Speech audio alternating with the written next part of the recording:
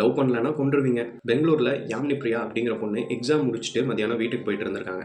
அப்போது ரொம்ப நாளாக இவங்களுக்கு லவ் டார்ச்சர் கொடுத்துக்கிட்டு இருந்த விக்னேஷ் அப்படிங்கிற ஒருத்தன் அவங்க லவ்வுக்கு ஓகேவே சொல்லலை அப்படிங்கிற காரணத்தினால அன்றைக்கி மிளகா பொடி எடுத்துகிட்டு வந்து இவங்க முகத்தில் அடித்து அவன் வச்சு அந்த கத்தியால் கழுத்தறுத்துட்டாங்க அவங்கள. ஒரு பொண்ணு லவ் ஒத்துக்கலைன்னா அவங்க மூஞ்சில் ஆசிட் அடிக்கிறது, அவங்க கழுத்தறுக்கிறது, இந்த மாதிரி விஷயங்கள்லாம் உங்களுக்கு ரொம்ப ஈஸியாக போச்சு இல்லை? அவங்களுக்கும் ஃபீலிங்ஸ்னு இருக்குது. உங்களுக்கு எப்படி இந்த லவ் வருதோ அவங்களுக்கும் அதே மாதிரி அந்த லவ்ங்கிற ஃபீலிங் வரணும்.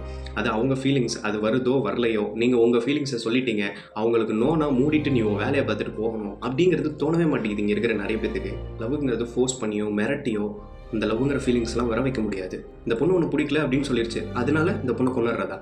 அந்த பொண்ணுக்குன்னு ஒரு செட் ஆஃப் ட்ரீம்ஸ் இருந்திருக்கும். இன்னும் லைஃப்பில் எத்தனையோ விஷயங்களை பண்ணணும் அப்படின்னு சொல்லிட்டு பிளான் பண்ணி வச்சுருப்பாங்க. இந்த ஒருத்தனால இப்போ அந்த பொண்ணோட மொத்த லைஃபுமே போச்சு. தென் இந்த மாதிரி விஷயங்களெல்லாம் எப்படி இவ்வளோ தைரியமாக இவனுங்க பண்ணுறானுங்க? பொண்ணுங்களை என்ன வேணால் பண்ணலாம், இங்கே யாருமே பெருசாக கேள்வி கேட்க மாட்டாங்க, சட்டமும் பெருசாக நமக்கு என்ன தண்டனை கொடுத்துற போது, காசு இருந்தால் கேஸை ஒழட்டி வெளியே வந்துடலாம் அப்படிங்கிற தைரியம் மாதிரி இவங்களுக்கு இருந்துக்கிட்டே இருக்குது.